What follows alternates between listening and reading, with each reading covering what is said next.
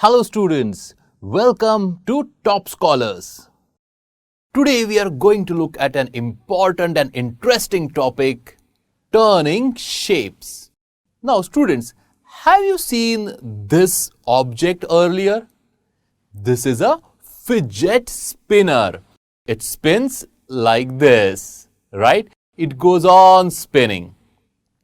Now students, if you observe this object, when the object was stable and when I started rotating it, when the top part goes to the right and then to the left, in most of the position, the object looks same, right? We are going to understand the objects when they are turned quarter turn and half turn. What do we mean by that? We'll understand when we start rotating the objects like this spinner. So, let's look at one example.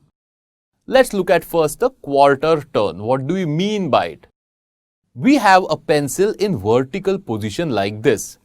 Now, concentrate on the pencil on the right hand side. If I turn it in the clockwise direction such that it comes to this horizontal position and stops.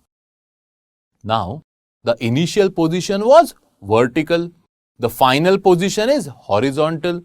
If you can see, the black dotted lines show the initial and final position and the area which it has covered. This much turn is known as a quarter turn. Correct? Because it has turned 90 degree. It is known as quarter turn. Let's look at the next, that is half turn. Again, I take two pencils in vertical position. We are going to focus again on the pencil on the right side.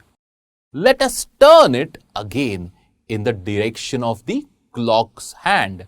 So, we turn it like this till it comes and becomes upside down. This time, the pencil which was pointing upward, after turning, it is pointing downward. This type of turn or this much amount of turn is called as half turn. To learn more about this topic, download Top Scholars app.